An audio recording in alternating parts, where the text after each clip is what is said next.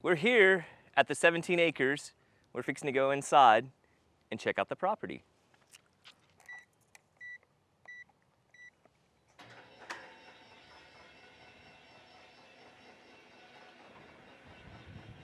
I should get a faster motor, huh? Nah, it's good, it's good. Make me work, make me sweat inside, make me feel like I'm alive. Take this hurt, lady, throw it in my face. Don't let these bones slow you down. 'Cause I'm coming on strong. The grass should have looked greener. I need a true believer in disguise. If I'm loving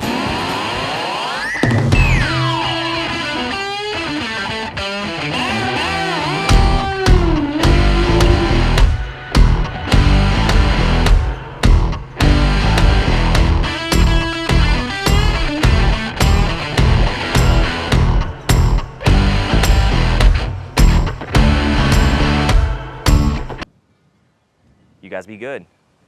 Y'all stay out of trouble. You hear me? Yeah, stay out of trouble. Okay, bye. Here we go. She ain't mine, but she look fine. Gonna take some time, gonna make her mine, gonna make her mine.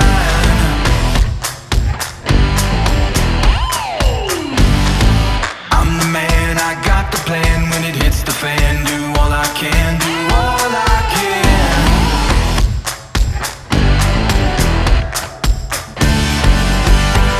When she lets her hair down, she drives me wild, and she looks in my eyes. Hell yeah!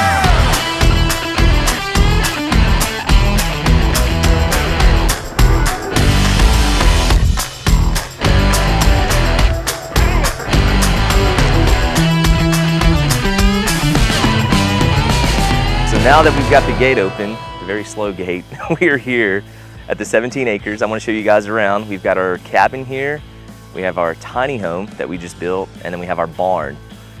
We call it our party barn. We have events and different things here, so let's go check it out. We've got 17 acres here total. As you walk into the property, border the western property line, and you kind of look back to the north.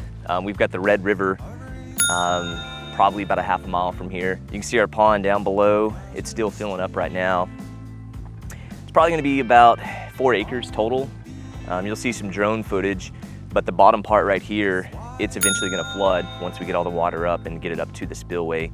We've actually not had a lot of rain. We had about a month with no rain, so it's just filling up real slow, but we get a few good rains, it should fill up pretty quick, but let's continue this way. The big thing we really like about this property and what makes the 17 acres so cool and made us so excited about building our cabin, which was the first place we built, is just the views. I mean, as you look over, you're looking into Oklahoma, and we actually call our cabin the cabin with the OK views. Just kind of be funny, but OK being Oklahoma. But as we get over there, you'll see what I'm talking about. And we actually built this pond. We started about 2.5 years ago, built it. It was great, it was filling up, and we had a weekend to where I believe it was almost like an 11-inch rain, and we had just finished the spillway and the dam, and we didn't have any vegetation or anything to control erosion, so it actually washed out the spillway, and we had issues with that for a while, and then we finally got it fixed this past summer in July. So this is the final product. We're just now waiting for rain, but you can see the deck down below, I guess the dock. We've got a swing set up to where you can swing off, climb up the rocks and swing off into the water once the water's up. So while all that was going on, while we were working on the pond, we wanted to ultimately be out here. We wanted to kind of have a place to where we could get away. We've always lived in town, and our goal was to find a place like this eventually and get outside city limits, and we decided to build the cabin, which you can see over there.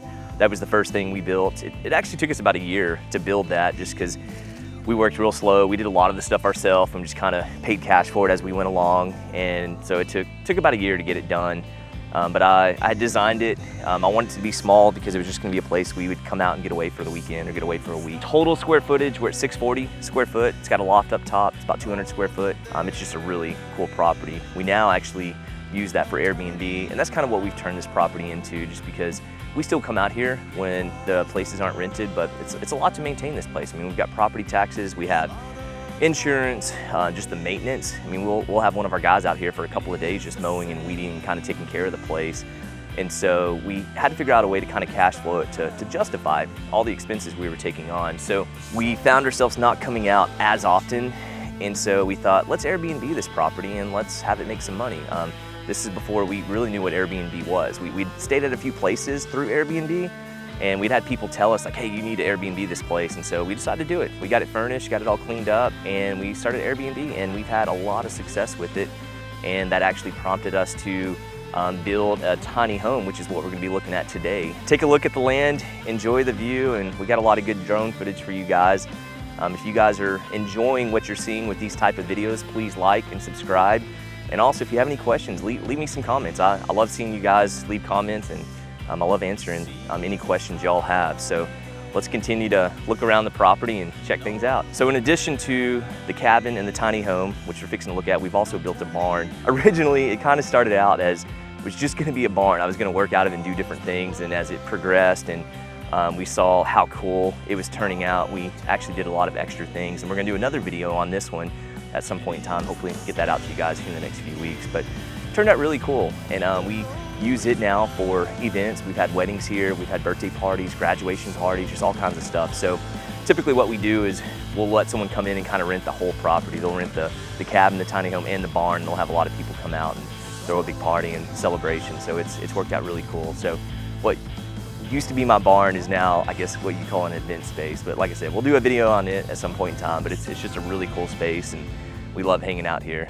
Okay guys, here we are at the tiny home. We're fixing to head on inside, but we just built this unit, I guess, back at the beginning of the year, and we really could have finished the whole place in probably 45, 60 days, but we had some other projects we were working on at the time, and just getting some of our subs finished up and getting it all furnished and actually getting it to where it was like turnkey ready for Airbnb. It probably took us about 75, 90 days. We built it, like I said, finished under 90 days and got it all ready and got it put up on Airbnb. Put this tiny home up. Right now we have it marketed for $149 a night, and that's through the weekend. What we call the weekend on Airbnb is Thursday, Friday, and Saturday nights.